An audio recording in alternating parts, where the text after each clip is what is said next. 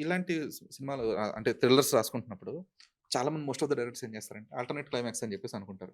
అంటే అది కొంతమంది రైటింగ్‌తో ఆపేస్తారు. కొంతమంది తీసి కూడా తర్వాత ఏది బావుంటే అదే హ్మ్. పెడుతుంటారు.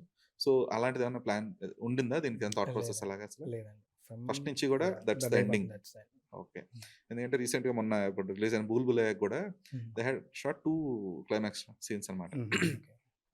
సో, ఏదైతే ఇప్పుడు రిలీజ్ అయిన క్లైమాక్స్ ఉంటుందో దానికంటే ముందు ఒకటి షూట్ చేసి హుహు. అది ఆల్రెడీ ఇండస్ట్రీలో కొంచెం రివీల్ అయిపోయింది.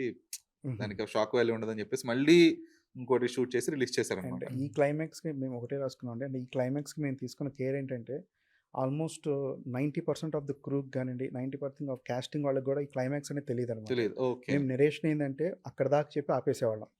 ఆ క్లైమాక్స్ అనేది ఎవరితో డిస్కస్ చేయలేదు. ఎవరికీ తెలీదు కూడా. Okay. Even cost and crew గూడా ఇప్పుడు థియేటర్‌లో చూసుకొని ఇది క్లైమాక్సా అని చెప్పి వాళ్ళు షాక్ అవుతున్నారు.